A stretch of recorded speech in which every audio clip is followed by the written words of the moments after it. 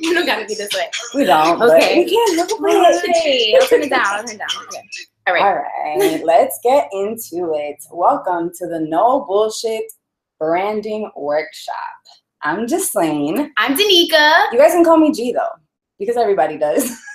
We're so happy to have you. And we're just gonna get into it. We're gonna tell you who we are and why we're doing this. So for starters, Camarilla Complex. It's the platform that we founded alongside 5 of our best friends, and it's home to soulful hustlers who are forming meaningful relationships with other amazing go-getters. So what we're trying to do is really create an environment for people who are helping other people and who are doing that by actually providing valuable guidance and resources. They're collaborating, they're not competing, they're in their own lane. We're here for all of that. We're here for all that. We can all win, right? Absolutely. So yesterday we just had a Twitter chat talking about that. This is CC Sankofa week, and the idea of Sankofa is to reach back into your past so that you can look forward and apply those principles to your future. And that's why this branding webinar, workshop, whatever you want to call it, is so important, because you have to get clear on who you are, what you bring to the table, what your message is, and you have to establish a plan in order to apply it and to move it forward. And so we're just going to hop into it because we only have an allotted amount of time. And guess what? We already did this already. So we're going to do it again, and we're going to get it right this time. Get it right, get it tight. Exactly. So let's just hop into it. Let me get this full screen for you. But before we get into the actual workshop, it's so important for you to make sure that you are getting the cheat sheet that goes along with this.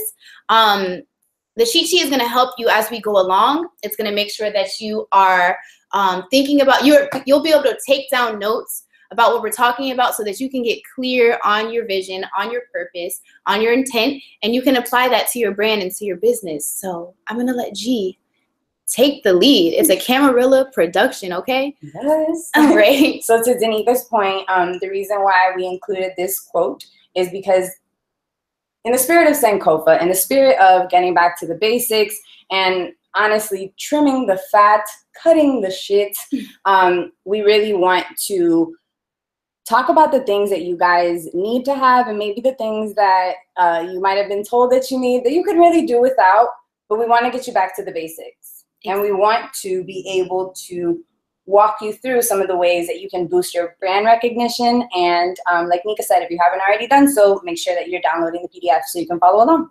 So this quote is really, it hits home for me because it's saying that you should stay true to your heritage, and that's what your brand should be about. And that is just so in line with Sankofa, like G just mentioned. You want to make sure that you are clear on who you are, what you bring to the table, where you're coming from, so that you know the way ahead. So we're first going to get into mindset. That is so important. It's just integral to your message. You need to have the right mindset going forward. You have to believe in your cause. You have to believe in your wave, in your purpose, so that you can connect with the people that are meant for you to connect with. G, did you want to chime in real quick? Yes, this one is interesting because mindset, I honestly think, is the thing that stops people before they even walk out the door. A lot of times, fear is the thing that really holds us back, and not so much failure. And it's crazy because most of us are afraid to fail. But the fact of the matter is that we have to get comfortable with fear. Fear is a natural response. It's a regular defense. It's healthy to have, but you have to be able to move in spite of feeling that, right? And if we want to talk about another thing that could help us kind of combat that, it's faith. Think about faith as being the exact opposite of fear, because if you have faith that you are being strategic, that you are following your purpose, that you are sticking to your plan and all that other good stuff, it definitely helps subside some of that fear. And if we want to get a little bit into spirituality with it, think about fear as being wherever God is not, okay? Fear is a byproduct of your ego, which essentially is just your personality, which is beautiful, but the fact of the matter is you are so much more than just your personality. And if you think about your life and you think about how you've grown, you've evolved a lot. So you can't really allow your ego to trap you into the current space that you're at, because if you want to grow, you got to push past the fear. You got to push back past the things that are holding you back. And like I said, a lot of those things are mental. So Nika, when we talk about fear, how can we combat this? Well, for one, I ain't never been shook. No, I'm just kidding. I'm just kidding. Let me just lead off with that. But no, really, this is important because you need to learn that, and I needed to learn. Let's talk about that. Let me not tell you what you need to learn, but I'm going to talk about what I needed to learn. And what I needed to learn is that I get in my own way a lot. I overthink. I'm a Virgo by design. I am going to think. I'm going to analyze. I'm going to deduce every possible outcome that we could possibly have. And guess what? Many of those outcomes will never come to pass, especially if I never get started on my path. And a way that I combat fear with, you know, I have a military background. My parents were from the military. It was ingrained in me to prepare. You know, that is what's going to get you. Your training is what's going to get you in the mindset of not even thinking about the fear, because your body, your mind, your spirit is going to do what it was intuitively taught to do. And when you have a plan, when you have intent, when you have a strategy and a clear model of cause and effect, you're going to be able to know what your end game is. And if you know what your end game is, you can get the means to that end when you're clear on your end game. So that's where I stand with fear. That's why we are having this workshop, because this is something that we wanted to give to the masses for a long time. And for a long time, we let our obsession with perfectionism get in the way of that. And you know what? We're not doing that anymore. So at all. Get off that. You have to remember that fear puts you in survival mode, okay? Fear makes you feel like it's a dog-eat-dog world, like you're all in this alone, like everybody's gonna laugh at you, or like nobody's gonna pay attention.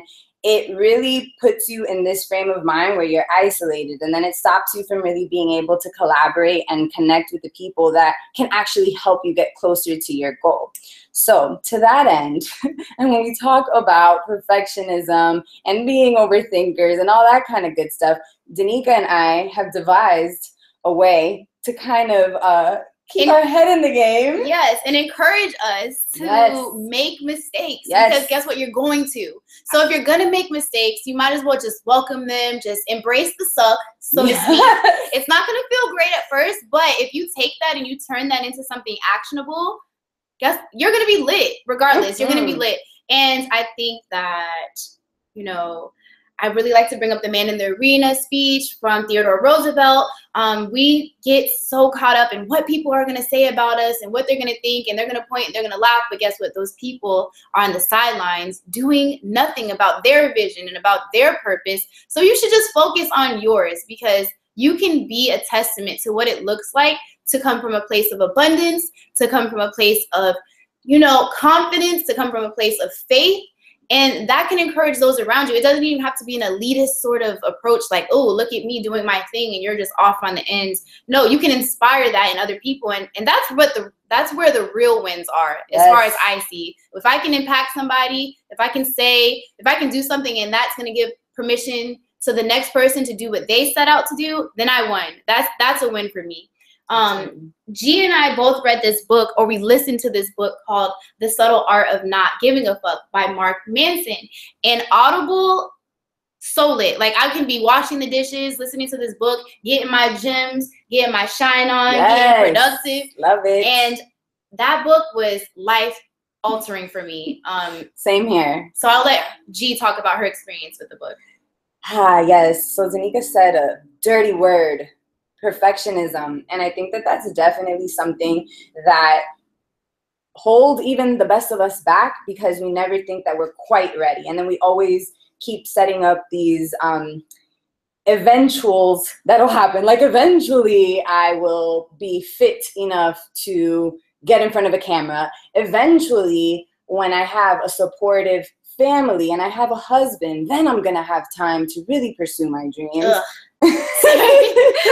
Seriously. But the fact of the matter is that if we're talking about what it is that we want out of life, right? Most people want the same things. They want to be able to have a nice family. We want to be able to have money. We want to be able to go nice places. We want to be able to see nice things. We want to be able to have nice things. So the question isn't really like, why is it that you do it? Because you want peace. Okay, that's good to know. And obviously you want to be clear on your why, right? But I kind of want to slap some of that rhetoric down, thanks to Mark, because what he encourages us to do is look at things from a different perspective, right? So instead of asking ourselves, like, what do you want to look like when you are in XYZ place? You have to ask yourself, what problems are you willing to deal with to get there, right? So when we talk about, I guess, our personal lives, I'll use my own story, I guess. And Nika knows that it's always hard for me to talk about experiences that are not business related. So this is tough for me, but let's talk about love. Okay. Let's talk about love and relationships. Ooh, we about to get real. Oh, I know. Okay. So I have always told myself that I never want to date an athlete, that I never want to date someone who lives that kind of lifestyle. They're always traveling. Everything is crazy. I feel like they need someone who is kind of, willing to work with their schedule, where I don't necessarily want that for myself. But guess what? There are women who are out here pursuing that, and God bless them. I want these women to be my friends. I think that they're phenomenal, but I don't want those kind of problems, quite frankly. And on the converse, when we talk about, distance and that sort of thing, I live like 3,000 miles away from my family, friends, like being in California, super far away from Miami, which is home. But guess what? That's a problem that I'm willing to deal with. And of course it's tough, but that's the thing. You have to be able to pick your problems, right? So if you weren't getting paid, if nobody was patting you on the back, if nobody was telling you that you were doing a good job, keep it up, what are the things that you would still do? How would you still show up? What type of things will move you? And those are the type of questions that you want to ask yourself. Like Danica said, you have to embrace the suck. There's going to be a lot of things that suck. Honestly, even getting recognition, that kind of sucks too. And you have different people looking at you, people pulling at you from different directions. And guess what? Not everybody wants those problems. But if you do, be real with yourself about it so that you can face them when they come, because they will. It's about being realistic, because not everything is going to be glitter, sunshine, and daisies. Like, it's going to be tough. You're going to have your own tribulations.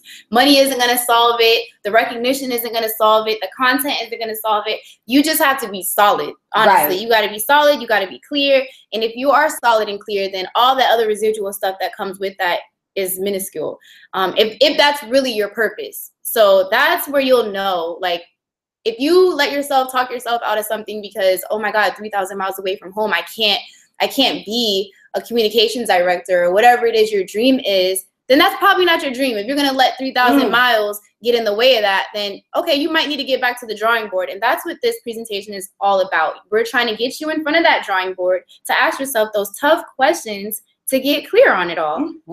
So we've already talked about the abstract ideations of what your vision should look like and your purpose and tapping into that. But let's talk about strategy to get you there. If you don't already have your cheat sheet by now, you should. Make sure you download it. Follow the link below in the description. You can work on it as we go, reference it while you're sprucing up your plan that you already have, or you can create this one from scratch. So let's jump into the process. G? All right, so for starters, you want to refine your branding guide. So like Danica said, if you already have one, take this as an opportunity to maybe go in there, spruce it up. If you thought that it wasn't working for you anymore and maybe you just wanted to go back to the drawing board, I want to challenge you in the spirit of Sankofa to work with what you have, but really trim the fat, cut the shit. That's really what we want you to do, okay? We don't want to have you starting from ground zero. We want to help you continue to build from where you are. So with that being said, as you go about refining, do you hear me? As you go about refining your branding guide and that sort of thing, then you can start thinking about your branded assets, right? And these are things like, your logos and your go-to elements that you're going to use on a lot of different platforms. And this is where we say Google Drive is your BFF. If only we could show you our Google Drive right now. We have so many folders. We have so many different little pockets of gold, because we need to be able to hop in there quick, pull whatever asset we need, drag and drop it into whatever we're creating, and keep it moving, right? So basically, we want to be able to have all these things situated so that you can leverage your brand on whatever platform. And if you already have your logo, it's nothing to go to every platform that you're on and make sure that it looks exactly the same on all those platforms and that sort of thing. Exactly.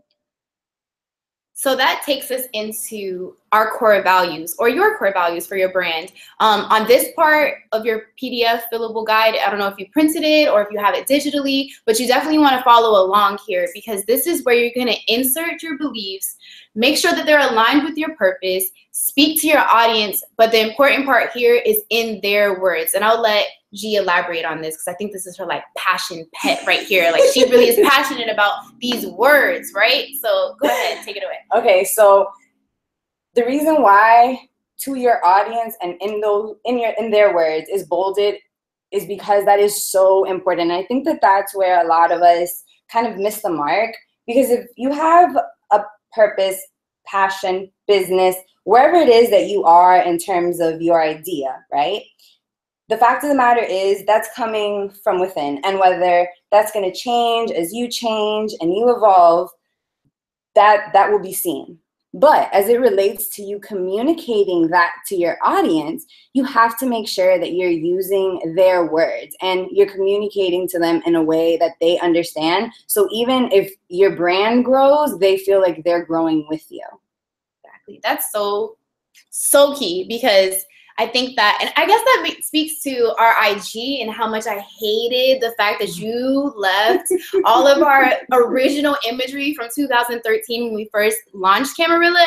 If you look at it, oh my God, don't look at it, number one. But it's a mess. But to G's point, our audience has grown with us. They've seen our growth. They witnessed it themselves. They know that we're like real people. We're not bots on IG. So that's really important for people to understand that, hey, we started as this thing and we got clearer on our niche, our purpose, our vision. And we only did that through doing.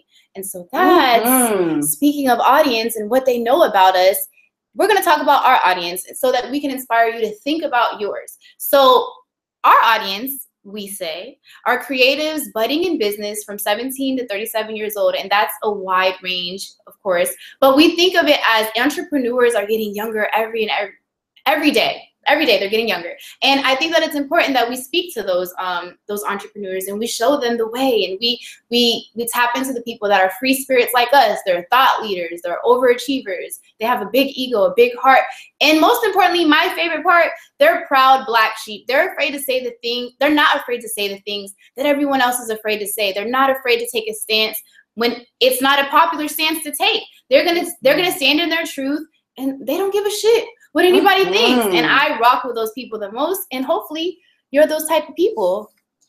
Because the fact of the matter is that if you're trying to talk to everybody, you're really not going to get through to anyone in particular.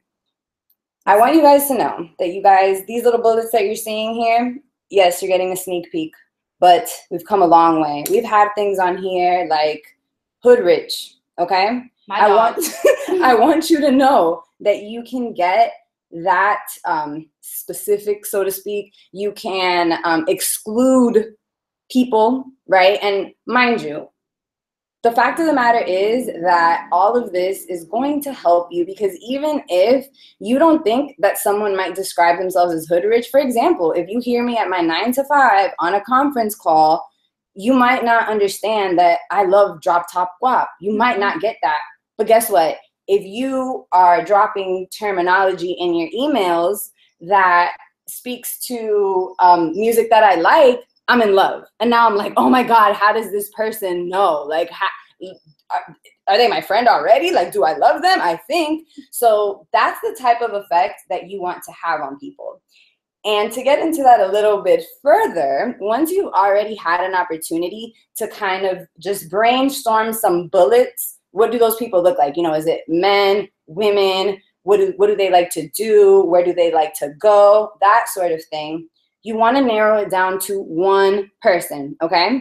Up here it says, what the fuck is an avatar? Because let me tell you, I have seen this term floating around, and for the longest time, I didn't get it. I didn't understand it. But now it's all come together for me. And I get that when it sounds like you are talking to one person, you're going to make whoever it is that you're speaking to feel so special. And they're going to be like, how did she know that I was just watching Netflix? How did she know that my MacBook is acting like this and like that, you know? Because I'm writing to you, Vanessa Jones.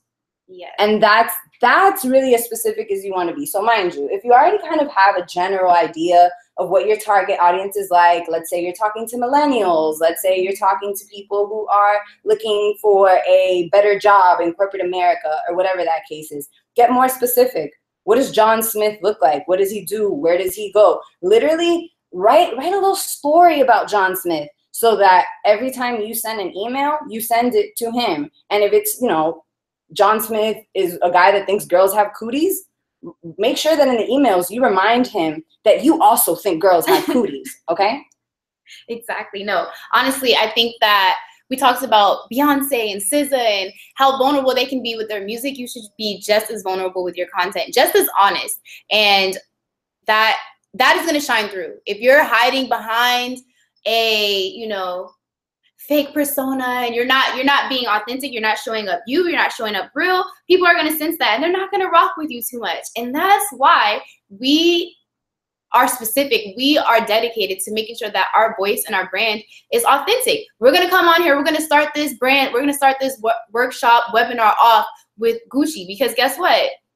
We rock with Gucci, like we rock with Guwap, and we want to make sure that you guys understand who you're dealing with here. Right. And those two things, brand and voice, should be synonymous. Mm-hmm. So our voice, we say, is down to earth, lighthearted, helpful, assertive. That's so important to me because I'm not a pushover and I'll never be, you know, treated as such. But you know, open-minded, all of these things. We said this is our voice. This is what we say our voice is, and you'll have to niche down to say what yours is. And maybe it's not in line with Gucci and Guwap, and you don't listen to the gospel like we do. Not to be sacrilegious, but you know, maybe you're not into that sort of thing, and that's fine. We all have a space, we all have a place, and that's why even if you are into the sorts of things that we're into, that's what's going to distinguish your brand from ours, and that's why we all have space to eat here. Everybody can win. Yes. Okay. So at this point, you should probably have a couple bullets here and there. And we laid this out in a way that you could kind of funnel down from a more broad vision, right? So if you're getting more familiar with who exactly you're talking to, how you're talking to them, and all that kind of good stuff, okay, so how are you going to tell them what you do? How are you going to tell them what makes you different? And you have to talk to them when you're talking about mission. What are you doing today? Mm-hmm. So I don't know, our mission is to empower women by sharing rap lyrics. If that's, mind you, that's not our mission, but this is kind of how we want you to use your PDF, your worksheets, your cheat sheet. And it can be that simple, and you can develop it more. And you can figure out what exact words, what exact language works for you, because you'll see that later on, we're going to encourage you to continue to use some of that same language. So as we go into vision, that is obviously closely related to your mission, but it more so speaks to where you see yourself going, right? But the fact of the matter is, if you're not clear about where you are now, you're not going to be able to paint a clear picture about where you're going to go. So these go extra hand in hand. Hopefully you can see how they're a little bit different. You don't need to spend too much time here, because I promise you that once you get it, you're going to grow again, and you're going to try again and again. So just write down what comes to mind, and then you can continue to refine that. Exactly. It's important to know the difference between mission and vision, because vision speaks more to your, this is more like your affirmation, like I am a billionaire. Okay. No one here probably is a billionaire watching this right now. Maybe, I don't know, like if you are, like invest in our company, right? But anyways, no, you just need to be, clear, you need to be honest. And if you know your vision and you know your mission, then you can know the way ahead to bridge that gap. And that's really super integral and important. So let's talk about a little bit of terminology that is useful to you when it comes to communications, branding, and strategizing the way ahead for your mission and your vision. Yes. Okay. So Ideally, what we want you to be able to do is, like I said, use some of the verbiage, the language that you've already started to develop, so you can start getting even more specific, right? So when we talk about taglines, we're talking about phrases that are repeated often. It's essentially a brand promise, right? So obviously this can evolve as your brand does and that sort of thing, but at the same time, you don't want to change it too willy-nilly, because the fact of the matter is that all of these things on here are designed to help build brand recognition, right? So for instance, with Camarilla Complex, you'll see that in a couple of different platforms, in a couple different ways, we say helping each other stay great, right? So that's part of our brand's promise, that we are about community building. We want to connect people with other people that can help them get further along on their journeys and that sort of thing. So we continue to drive that tagline home, and you might even see it in this PDF. And that was on purpose. When we talk about motto, this is a little bit different, right? This is more of a fundamental promise, a pledge to your people. So our motto is Ubuntu. I should probably know how to say this. It's actually an Akan word, and it means I am because we are, right? So that in and of itself pretty much tells you that we are coming from this place of openness, for us, by us, we're here for you type of thing, right? And that's something that is not going to go anywhere, because it is fundamental to what we're doing here. Now, as it relates to key messages, like I said, you want to start pulling away. And mind you, in the slide we just showed, the mission and the vision didn't have a whole bunch of space. It was more about getting to, like, you know, the nitty gritty of it. But I promise you that as you are really developing it, your mission and your vision might be a little bit meatier. It might look like 1 to 2 paragraphs for each. So what you would want to do is, like I mentioned before, go through there, bold some of the terms, some of the words that like move you, that you like saying to people, that you feel really drive your message home. And then you keep saying them, right? But outline what those are. So like on our guide, we have a couple of key messages that every time we're creating promotional pieces or anything, we make sure that we leverage. And finally, when it comes to terminology, these are words that are specific to your brand, right? So let's say cheat codes. Obviously, people have heard of cheat codes before, but that's something that we're using, we continue to use. We're using the hashtag because that's the way that we are kind of branding our resources and our tips and like our life hacks for people, right? We use the word Cam Crew, and that is the name of our community, and the people that are in it are part of that Cam Crew, right? And then we have our cheat sheet, which what you're working off right now, you've heard us call it a PDF. You've heard us talk about how you should be filling it in. And guess what? When you watch our next video, I promise you that we will say the word cheat sheet like 6 times, okay? That's my promise, because we're continuing to infuse that terminology into our brand too. So you are going to grow with us. Exactly. So when it comes to talking about or saying cheat sheet 6 times in our next video, that's where this quote comes to pass, because when it comes to marketing and when it comes to branding, you're going to need to deliver that message over and over and over again. And you're going to be sick and tired of saying it. But the time that you're this most sick of saying it is going to be the first time that your audience really hears it. And it's this sick trick that is like the universe plays on us, but it works. And it's proven that it works. And that's why you get hashtags. That's why things stick. That's why the quicker... What is it? What is the saying for like bounty, quicker, swifter, picker upper? Exactly. Like people know that. People know that brand. People know that McDonald's makes 1 million burgers a day or something like that. There's all these branded principles and messages and guides. But they love to see you smile. You get me? Who's that? McDonald's. Oh man. Oh, I forgot it. I hate McDonald's now, and obviously I don't use paper towels because I couldn't even recall that. But honestly, those are the things that are going to stick with people. People are going to remember, you know, your branded messaging, that you relay over and over and over again, because those are the most important takeaways from all the components of this guide. Those are the most important. That's the message. Those are the takeaways. Those are the things that you want, you know, to stick with people. Those are the the basis. It's the foundation. It's the bedrock of everything. It's the purpose. It's how you relate it to people. And I don't know if we need to really stick to this too much, but your branded messaging should be in everything, in your content, in your promo pieces, in your conversations when you're talking about your brand. It's just integral. If you don't have messages set up, spend a lot of time on that page because it's the most important. Seriously. And when we talk about, you know, target audience and all that type of stuff, if you follow us on Twitter, if you've seen any of our promotional content, like yesterday on one of our tweets, we said everybody eats beat. And that's really how we feel. And guess what? There's some people who are not going to understand that phrase. And that's fine. That's because you didn't see Paid in Full. And if you didn't see Paid in Full, it's a crime. And you should be ashamed of yourself and go back and watch it and rewatch it until you understand that everybody should be eating B, you know? So anyways.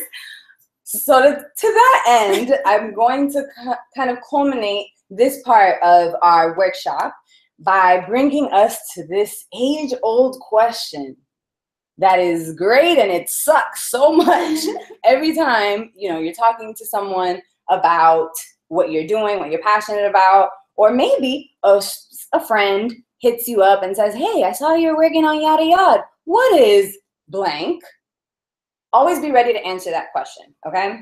And the only way that you're going to be able to answer that question confidently is if you already have all that other stuff, like all those key messages, all that target audience stuff, all those other components figured out, right? Once you know your mission, once you know your vision, once you're clear about how you're going to bridge that gap, like Mika said, then you're going to know what it is right now.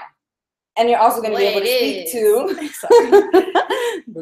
you're also going to be able to speak to, you know, what it could be. And maybe that's a message that you start to shape depending on who you're talking to. But if you're clear on what it is, everything else unfolds relatively easily. But that part is tough. And you should be able to rattle it off at any given moment. Right. And that's where the whole elevator pitch comes to play. And I'm sure that you've heard about it time and time again. I know that G has a adage that she likes to reference when it comes to elevator pitches. Okay, so let me just say that obviously Danica and I know I'm not speaking out of turn because we have talked about this. Elevator pitches are not really, you know, our cup of tea. We're more so writers, obviously skilled communicators, so we can get by. But sometimes that question does kind of catch you off guard. And if you're talking to someone about a certain part of your business and they ask you a question about something completely different, then it kind of, you know, throws you off. So here's where the lovely elevator pitch speech comes in, right? So I remember when I was learning this in school, we were told like, okay, 30 to 45 seconds, go.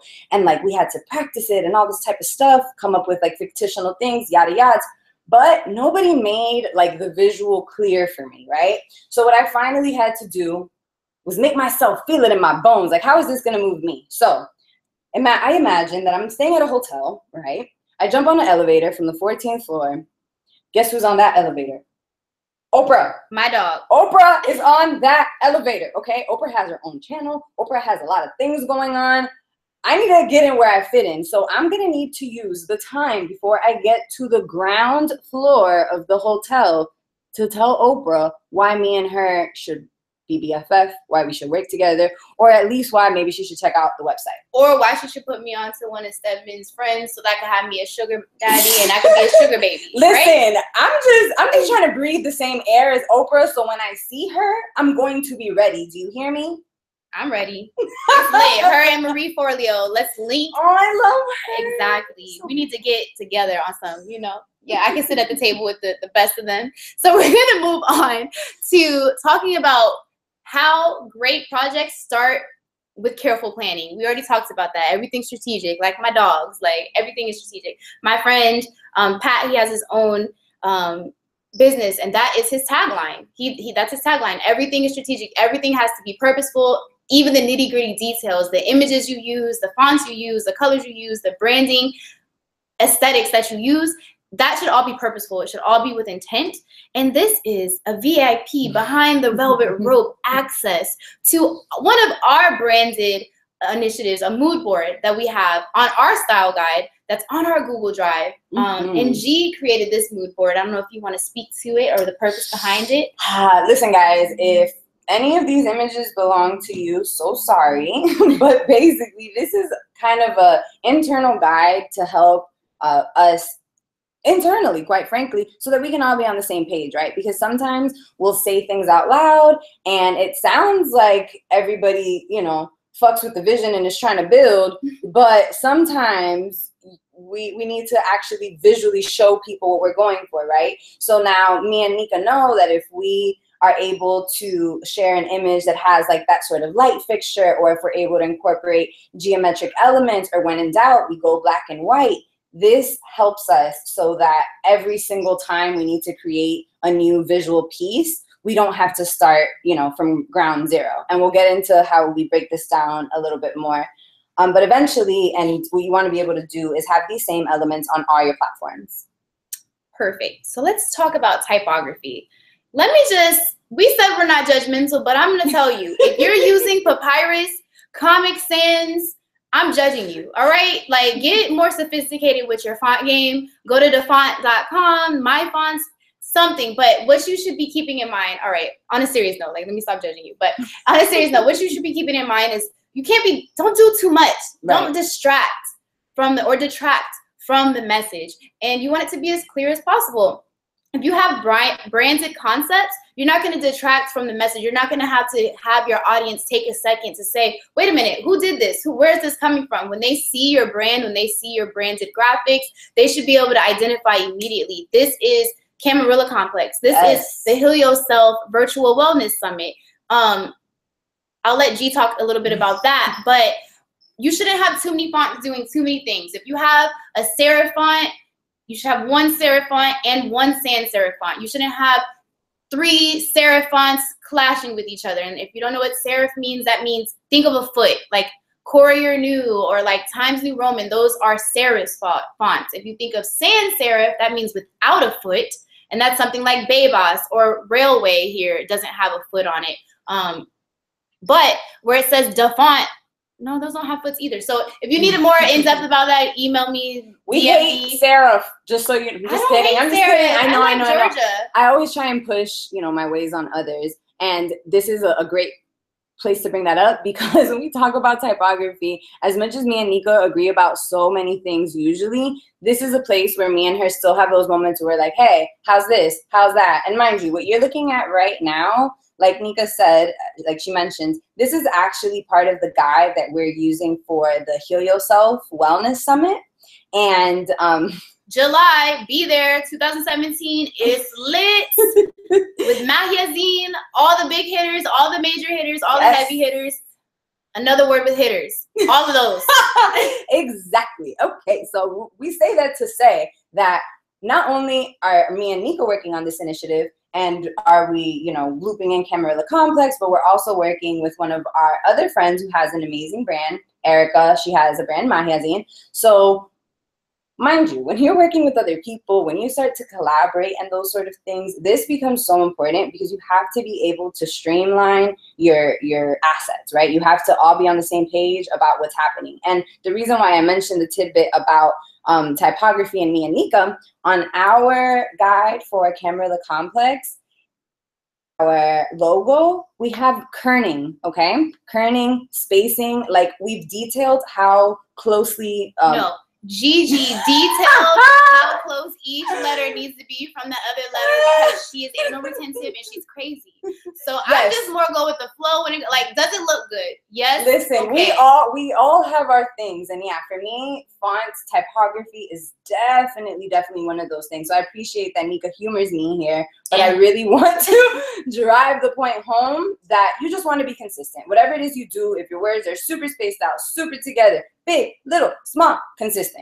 Yes, with the shits. Yes, colors. I like talking about colors.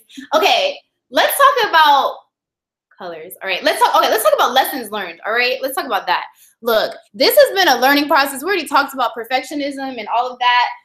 We've had so many screw ups, light ones, you know, they're not a big deal. You learn through doing, okay? So let's look at this top row of colors that we have for our branded initiatives. And it's this bright accent aqua blue, and it looks so pretty, and I love it, but it's not that legible. So that's why we have as needed, this other color in the second row, far left that we use to create this presentation, actually, because we need you to be able to get the message. We need you to be able to, you know, be able to see it. And when you're up at 2 a.m. and you're watching this and it's bright, your screen is bright, you're on your cell phone, we want you to be able to, our words to be legible to you. You want the message to be clear.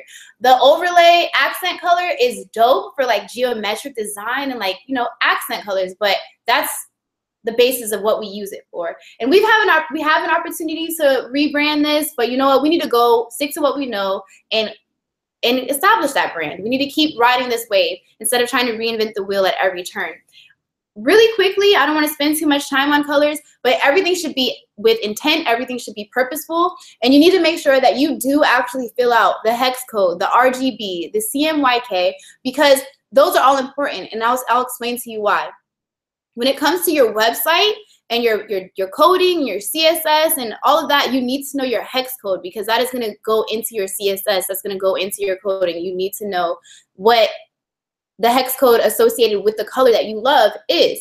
When it comes to like promotional materials that are going to be on a digital platform, you need to know the RGB values. So R0 for the top left, the overlay blue aqua color I'm talking about, 0 of red, 225 of green, and 193 of blue. That is going to create that beautiful aqua blue right below it.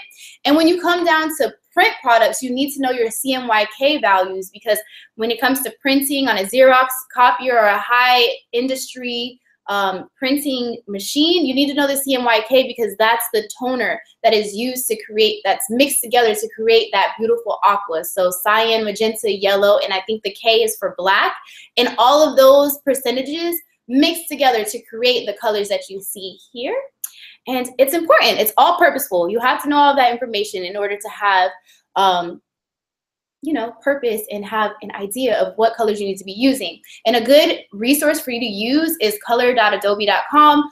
Cooler, I think it's K or Cooler, K-U-L-E-R, I don't know how to pronounce it, .com, Color Lovers, and you can get palettes that are put together for you where they don't clash. When you're thinking it, it'll think for you what's complementary, what's supplementary, what's a mood board, what, you know, all those things. You need to be thinking about these colors with intent. If you know that green is a color of tranquility, then, and you have a psychology or a psychiatrist office, that would be dope for you to use, because you want your patients to feel calm. And you want to think about genders. You want to think about audience. If you know that pink is a traditional color for women, then you might not want to use it unless you're trying to appeal to Cameron, who invented the color pink, as far as I'm concerned. He's the only one that matters. I'm just saying. But if that's your audience and you want to think that, you want to think about that, you want to have intent behind that. So let's move on. Yes, this is something we could talk about all day, every day. We can make our own presentation just about this slide. And I know that G's going to touch on it for us, but understand that if you need to know more, you need to check back on CAM, you need to check back on our forums, you need to check back on our blogs, because we're really going to get in depth about how to make some money with all of these initiatives and these concepts. Absolutely. So yes, like Danica said, I'm just going to tease at this a little bit. Honestly, for the sake of time, we could really do this all day, but I will respect your time as well. So as we're talking about branding, know that before you jump into any sort of online promotion, all that other work needs to be done. Because if you go into Facebook and, you know, create an ad, or maybe you are interested in a retargeting campaign using like an ad exchange or something like that, you have to already have all of your elements ready to go. And you have to have a destination page where they can land that also looks cohesive. And all these elements really have to come together. Now, as it relates to deliverables and methods, you really have to figure out. Okay, so for deliverables and methods, you really have to figure out what your content is gonna look like. So G needed to go grab some water really quick, because Lord, we've been talking, but so the deliverables and methods, you need to think about what is your are you gonna have downloadables? Are you gonna have an in real life, in-person event? Are you gonna create a magazine? What is your deliverable gonna look like? And once you figure that out, then you might be able to monetize those initiatives. You might be able to, you know, make a series of, you know, blog posts or to make sure that your promotional branding is all in alignment. And, you know, all Yes. that. I'll let you take it away. She's back. She got some water, y'all. This is her niche. This is her niche.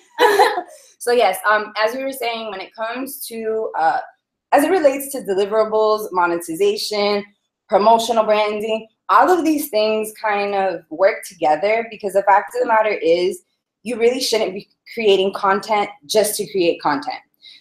That's been a hard one for me to swallow because I'm a writer. So I like to write just for the sake of writing. But I really had to get accustomed to the idea that if you have a plan, right? So let's say my plan is to be on TV, right?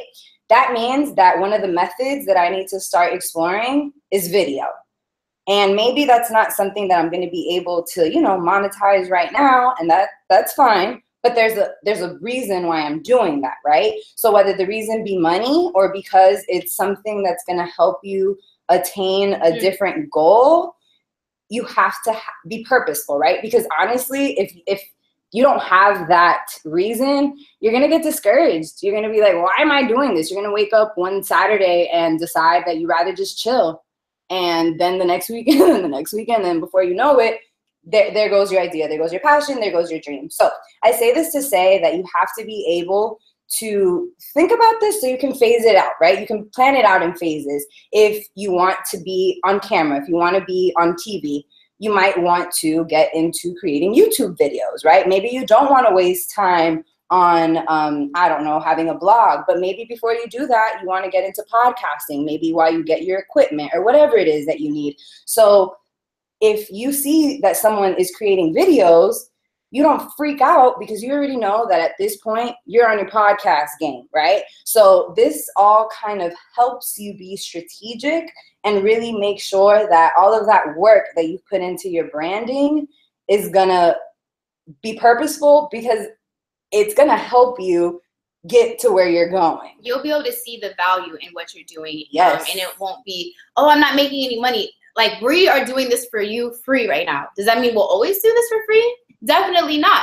But this is a valuable tool for us to use. It's valuable for us. It's a learning experience for us, as well as it is a tool for us to establish our brands. It's a tool for establishing our brands, and also for us to learn the ways of doing this, putting these things together, learning the back end, adding to our lessons learned, running lists. That's so important. And when we get those lessons learned, when we learn from our mistakes, we can say in the future, hey, we didn't like too much how we did it like that. We spent too much on that side, or whatever our critiques of ourselves are and our feedback is from you guys.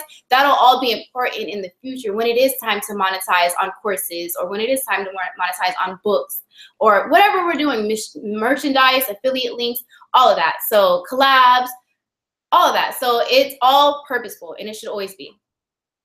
Monetization, do we want to elaborate on that anymore? We're good? I think we're good here, at least for now. Shoot, it's over. I don't know if you guys have been paying attention to the clock, but we're so close to the hour. And yeah, for the sake of time and effectiveness, I want to give you guys another opportunity to connect with us outside of this and actually be able to engage with us, since right now, as much as I am loving every moment, we're totally talking at you. So if you want the opportunity to be able to ask us questions and be a part of a community that, while it is private, it is it's free, but it's private, right? So we're making sure that you're just as serious yes. about your vision yes. as we are about your vision. We can't really help you if you don't want help. And we can't give you the resources that you need to get that help. It's not just us. We have other brands that are on this forum that you can leverage. You can leverage their expertise for you to be able to get your vision out, get out your vision. So with that said, your fillable PDFs, I'm going to come back to you guys so you can see us and we can talk to you. Yes. Let me stop presenting and we should go back. Oh, it's us. Okay. It's us. It's me, Mario. Okay. My cup of water. I know, right? So to wrap things up, make sure that you use your fillable PDF. Yes. There are also, if you use the digital version of the PDF, you can click on those links. So camarilla.com/community, that is hyperlinked. The front page where it says camarillacomplex.com, that is also hyperlinked. And if you see any need to elaborate, the boxes are too big, I mean, they're not big enough to fill them in, you can stretch them out as well. So those fillable PDFs are really useful. The cheat sheets, right? Yes. Okay, Dee, did you want to add anything? I mean, honestly, I think that at this point, I hope that you guys took some good stuff away from here. And even if you're not using the cheat sheet, which you should, but even if you're not and you're not using the PDF, I encourage you to open a nice blank sheet on Google Drive and just get to creating your guide.